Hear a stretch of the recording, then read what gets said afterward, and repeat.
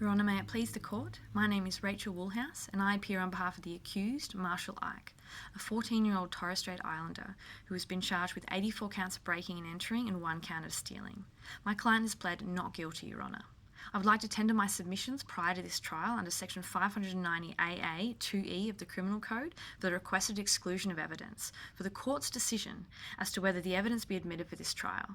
The prosecution is relying on the admissions of my client in the police vehicle at the time of the arrest and a later interview with my client as evidence. However, it is my submission that these admissions to police, whilst admissible, should not be admitted as evidence for consideration by a jury, under Your Honour's common law discretions to exclude relevant evidence for public policy grounds and both legislative and common law principles where there has been unfairness to the person charged.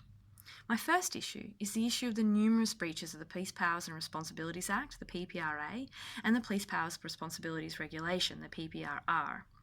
My second issue is the lack of consideration of my client's Torres Strait Islander heritage in the misinterpretation of the language used in his admissions, leading to an unfair, prejudicial effect. In relation to my first issue, Your Honour, as I outline the relevant breaches of the PPRA and the PPRR, I turn your attention to the court cases of the Crown and Island, and later the cases of Bunning and Cross, where specific consideration is given to judicial discretion to exclude evidence based on public policy grounds, where those that enforce the law should they themselves abide by it. And here, Your Honour, the police have not done so. Specifically, the police did not inform my client of the right to contact a friend, relative, or lawyer to be present at the time of the questioning as required under Section 418(1) of the Act and Section 23(1) of the Responsibilities Code under the PPRR. Nor was a caution given to the right to silence to my client under Section 431(1) of the Act and Section 26 of the Responsibilities Code. Your Honour, there are specific requirements for questioning Torres Strait Islanders. A prudent officer should have contacted legal aid for a lawyer to be present at the time of questioning, and to not ask questions of my client until he had spoken to a support person. This did not occur and is in breach of Section 422 and 424 of the PPRA and Section 25 of the Responsibilities Code. Your Honour, my client is also a child. As such, he should have been allowed opportunity to contact a support person of his choice prior to questioning, as per Section 421(2)(a) of the Act. A support person was present at the time of the interview, however it was unknown to my client. Finally, Your Honour, the initial questioning by the police was not even recorded as required by Section 436(2) of the Act, and the interview had sections listed as inaudible in breach of Section 436(4) of the Act. Section 10 of this Act allows the common law discretion to exclude evidence in the interests of justice. There are 5 factors outlined in the case of Bunning and Cross, per Justices Stephen and Aiken, which can inform Your Honour's decision to whether you exercise this discretion. Factor 1 is to whether the contact resulted from a genuine mistake or a deliberate breach. Here, the numerous breaches of this Act infer a deliberate breach of law, Your Honour. In relation to Factor 2, as the evidence was not gathered due to a genuine mistake and is not of a permissible nature, it is not applicable. In relation to Factor 3, whether the conduct was a genuine response to pressing circumstances, here Your Honour could consider how easily the police could have applied this law. Here, they could have contacted legal aid. They could have advised my client of a right to silence. They could have supplied a support person of choice. They could have recorded the questioning, Your Honour. In relation to Factor 4, the gravity of the charge against the accused should be considered. Here, although there are numerous counts against my client, it is not as serious an offence as, say, murder.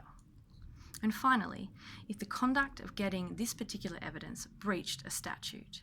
Here, the purpose of this PPRA is to ensure fairness and protect the rights of persons against whom police are exercising powers. And Part 3 is to ensure the rights and fairness of persons being questioned for indictable offences. So the exclusion would seem likely because the purpose of this Act meant to prevent the conduct which was taken against my client. In relation to my second issue, Your Honour, the unfairness to my client, under Section 130 of the Evidence Act, nothing in this Act derogates from the power of the court in a criminal proceeding to exclude evidence if the court is satisfied that it would be unfair to the person charged to admit that evidence. As I lay out my submissions for this issue, Your Honour, I turn your attention to the Christie discretion and the cases of the Crown and Lee, the Crown and Hasler, and the Crown and Brown, which consider this fairness discretion.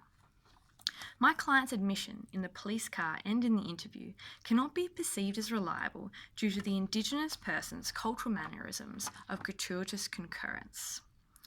The repeated positive response is not actually representative of admission of guilt, but rather a positive response to the question itself, which is usually given by persons of Indigenous heritage when they're in a position of powerlessness, where they want to provide positive responses in order for the conversation to end.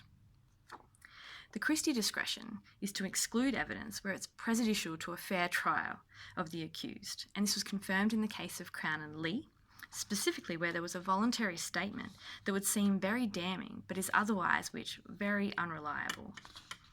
I also turn to the case of Crown and Hasler, Your Honour, where the evidence in question is of relatively slight probative value, but the prejudicial effect of its admission would be substantial. And here, Your Honour, that is the case.